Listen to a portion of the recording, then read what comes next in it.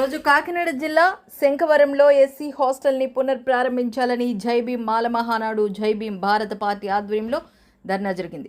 రాష్ట్ర అధ్యక్షులు కిరణ్ కుమార్ మాట్లాడుతూ ఎత్తేసిన ఎస్సీ హాస్టల్ని పునఃప్రారంభించాలని, లేని ఎడల జిల్లా వ్యాప్తంగా ఉద్యమాలు చేస్తామని, ప్రభుత్వం తీసుకున్న నిర్ణయాన్ని వెనక్కి తీసుకోవాలని, పేద విద్యార్థులకు న్యాయం జరిగే విధంగా ఉండాలని రోడ్డు మీద నిరసిస్తూ హాస్టల్ నుండి ఎంఆర్ఓ ఆఫీస్ వరకు ర్యాలీగా వెళ్లి ఎంఆర్ఓకి వినతి పత్రం ఇవ్వడం జరిగింది. కాకినాడ జిల్లా శంఖవరం మండలం శంఖవరంలో గల ఎస్సీ బాలుడు గ్రూప్ హాస్టల్ను నిర్దాక్షిణ్యంగా ఒక 10 రోజుల క్రితమే 41 మంది విద్యార్థులు ఉన్న విద్యార్థులను తరలించడం పట్ల దళిత సంఘాలు, విద్యార్థి సంఘాలు అందరూ కలిపి ఇక్కడ ఒక ఉద్యమం చేపట్టారు. వీళ్ళందరూ కూడా కోరేది ఏంటన్నది, ఇక్కడ అసలు ఎందుకని ఉద్యమం చేస్తున్నారు అన్నది మన ముందు దళిత నాయకులు ఉండడం జరిగింది. వాళ్ళందరినీ అడిగి తెలుసుకున్న ప్రయత్నం చేద్దాం. సార్ నమస్తే. సార్ నమస్తే అండి. సార్ అసలు ఎందుకని ఉద్యమం చేపట్టారు, అసలు దీనికి గల కారణాలు ఏంటి? అంటే ఇప్పుడు పేద విద్యార్థులకి దళితుల్లో మరి ముఖ్యంగాను ఎస్సీ హాస్టల్ ఆధారం అండి. ఎందుకంటే తల్లిదండ్రులు అందరూ వలస వెళ్ళిపోతూ ఉంటారు, పిల్లల్ని హాస్టల్లో పెట్టి వీళ్ళు వలస వెళ్ళిపోతూ ఉంటారు. వలస వెళ్ళిపోయిన పిల్లలు ఇక్కడ హాస్టల్ ఉండి చదువుకునేవారు. అంటే మేము కూడా హాస్టల్లో చదువుకొని ఈ స్థితికి వచ్చాము. ఈరోజు హాస్టల్లో ఉన్న పిల్లల్ని ఇక్కడ హాస్టల్ బాగుండి స్ట్రెంత్ బాగున్న పిల్లల్ని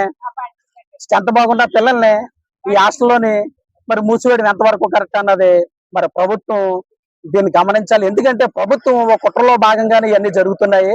మరి గతంలో కూడా ప్రభుత్వం 2014-19 సమయంలో కూడా 120 హాస్టల్ ఎత్తేసారు, కొన్ని స్కూళ్ళు ఎత్తేసారు. ఇప్పుడు కూడా ఈ నెల లాస్ట్ కల్లా 70 హాస్టల్ ఎత్తుతున్నారు.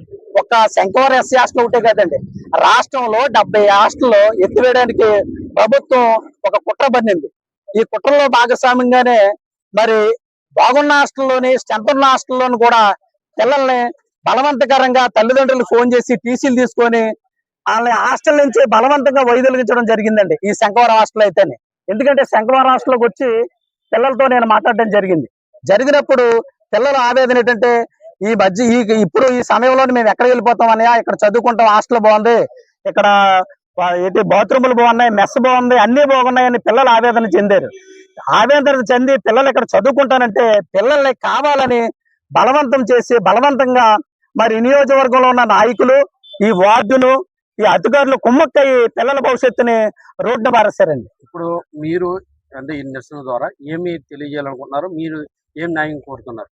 మేము కోరే న్యాయం ఒకటేనండి, హాస్టల్ అన్ని పునఃప్రారంభించాలి, ఎస్సీ హాస్టల్ జోలికి రావద్దు. ఈ మా నిధులు రాజ్యాంగబద్ధంగా మాకు ఎస్సీలకి ఎస్టీలకి సంక్షేమంగా మాకు వచ్చే నిధులు కేటాయిస్తారండి.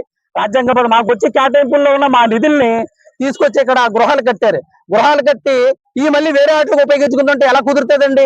ఈ ఎస్సీ హాస్టల్, ఎస్సీ నిధులు, ఎస్సీ సప్లాల నిధులు, లేదా ఎస్సీ ఎస్టీ సంక్షేమ సంఘం ద్వారా వచ్చే నిధులు, ఈ నిధుల్ని తప్పుదారి పట్టించే పిల్లల్ని భయభ్రాంతులకు గురి చేసే కుట్ర జరుగుతుంది. ఈ హాస్టల్ మాత్రం యథావిధిగా హాస్టల్లన్నీ కొనసాగించాలి. తర్వాత ఎక్కడైతే మౌలిక వసతులు లేవో అక్కడ మెరుగైన వసతులు కల్పించాలని ప్రభుత్వం డిమాండ్ చేస్తున్నామండి. ముందు దళిత నాయకులు ఉన్నారు, ఆయన కూడా అడిగి తెలుసుకున్నాం. సార్ అసలు ఈ నిరసన యొక్క ముఖ్య ఉద్దేశం ఏంటి, అసలు మీ డిమాండ్ ఏంటి? అసలు యాక్చువల్ గా ఈ నిరసన దళిత ఎస్సీ సంక్షేమ హాస్టల్ ఏవైతే ఉన్నాయో, అసలు రాజ్యాంగ ప్రకారం ఆర్టికల్ 46, రాజ్యాంగంలో ఉన్నటువంటి ఆర్టికల్ 46 ప్రకారం ఎస్సీ హాస్టల్కి కల్పించాల్సినటువంటి మినిమం వసతులే కాదు, వాళ్ళకి ఇంకా సౌకర్యవంతమైనటువంటి వసతులు కల్పించాలనేటువంటిది రాజ్యాంగంలో పొందుపరిచినటువంటి హక్కులు. అవి పక్కన పెట్టి ఈ రోజు పూర్తిగా నిర్వీర్యం చేసేటువంటి పనిలో రాష్ట్ర ప్రభుత్వం మరి నిమగ్నం అవడం, రాష్ట్ర ప్రభుత్వం కేవలం దళితులు నడిచేటువంటి విధంగా వ్యవహరించడం ఇది చాలా సిగ్గుచేటు. పేద విద్యార్థులు హాస్టల్స్ లో చదువుకునే ఐఏఎస్ ఐపీఎస్ అయిన వాళ్ళు చాలా మంది ఉన్నారు. అలాగే దళితులు కాకుండా ఉండాలని దళితులకు హాస్టల్ వసతి విద్యను దూరం చేసేటువంటి విధంగా ఒక పక్క విద్యా హక్కు, ఒక పక్క దళితులు కావలసినటువంటి మరి ఏవైతే సౌకర్యాలు ఉన్నాయో ఇవన్నీ కూడా దూరం చేసేటువంటి ప్రక్రియలో రాష్ట్ర ప్రభుత్వం వ్యవహరించడం చాలా సిగ్గుచేటు.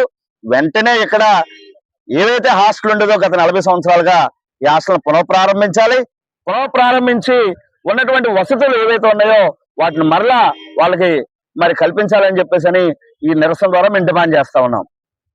Okay, thank you.